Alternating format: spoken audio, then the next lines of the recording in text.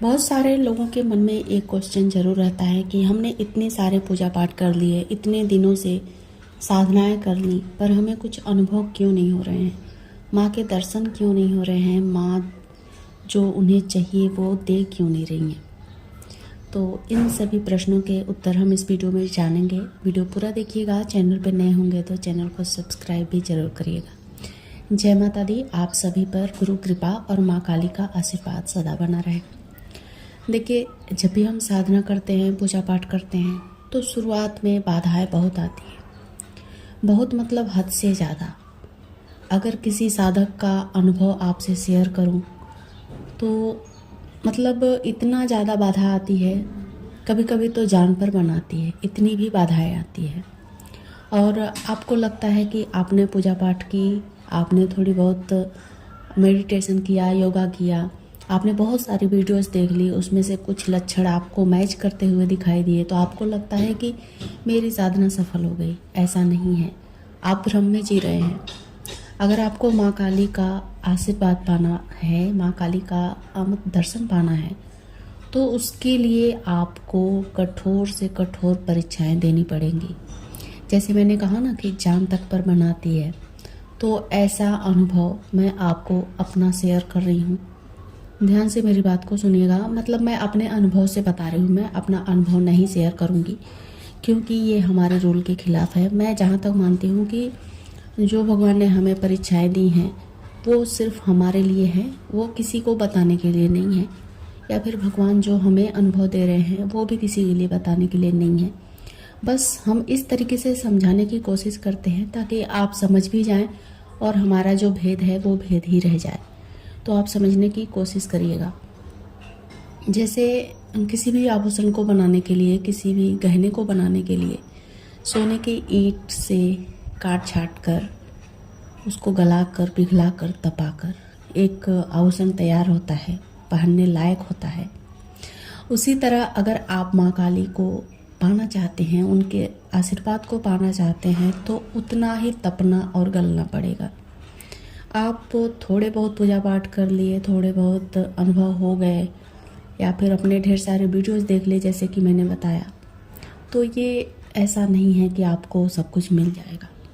हाँ, बहुत सारे लोगों को मिल भी जाता है थोड़े में ही, क्योंकि उनके पूर्व जन्म के कर्म, पूर्व जन्म की साधना उनके साथ होती हैं। जो कुछ बाकी रहता है इस जन्म में उन्हें आसानी से मिल जाता है। तो आपको दुनिया भर के वीडियोस नहीं देखने हैं, बस अपने ऊपर काम करना है, अपने मंत्र को जाप करना है। जैसे भी आप करते हैं, अपनी साधना में लगे रहना है निस्वार्थ भाव से।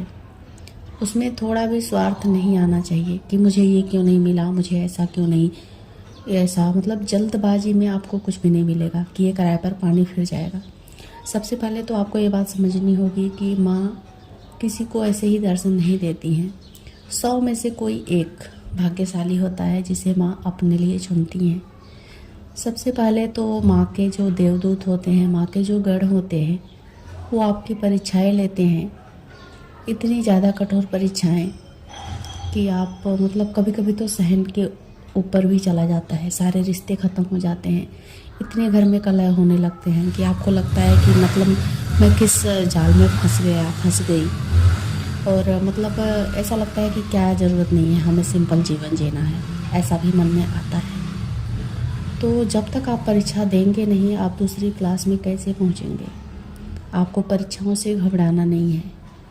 आप परीक्षाएं देते जाइए, श्रद्धा भाव से माँ की भक्ति करते जाइए, नाम जप करिए, खूब ढेर सारा नाम जप करिए। जब भी मौका मिले भजन करिए, गाने माँ के बहुत सारे यूट्यूब पे मिल जाते हैं, बस उन्हीं में लगे रहिए आपको जितना हो सके। वैसे तो माँ की साधना करते वक्त ही शुरुआत में ही वो लोगों से दूर कर देती हैं जो लोग छल कपट से भरे होते हैं, जो आपको नुकसान दे सकते हैं, या फिर जो लोग आपके लायक नहीं होते हैं, उनको पहले ही दूर कर दिया जाता है आपकी लाइफ से। तो आप अकेले पड़ जाते हैं। अच्छा होता है, बहुत अच्छा होता है। अकेले रहना बहुत ही बेहतर है। माँ के साथ रहना, माँ के साए में रहना, माँ के भक्ति में रहना, ये हज़ारों लोगों की भीड़ से कहीं ज़्यादा बेहतर और सुकून का अनुभव देता है।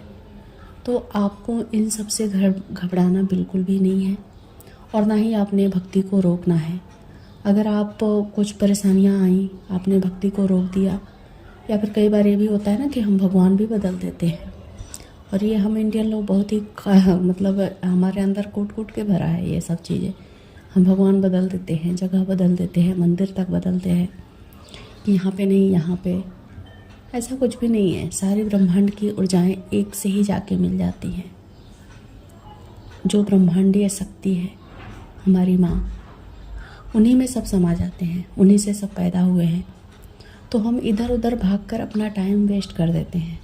उससे अच्छा होगा कि हम स्थिर रहकर ध्यान, साधना, पूजा पाठ और माँ की याद में जीवन को बिताएं।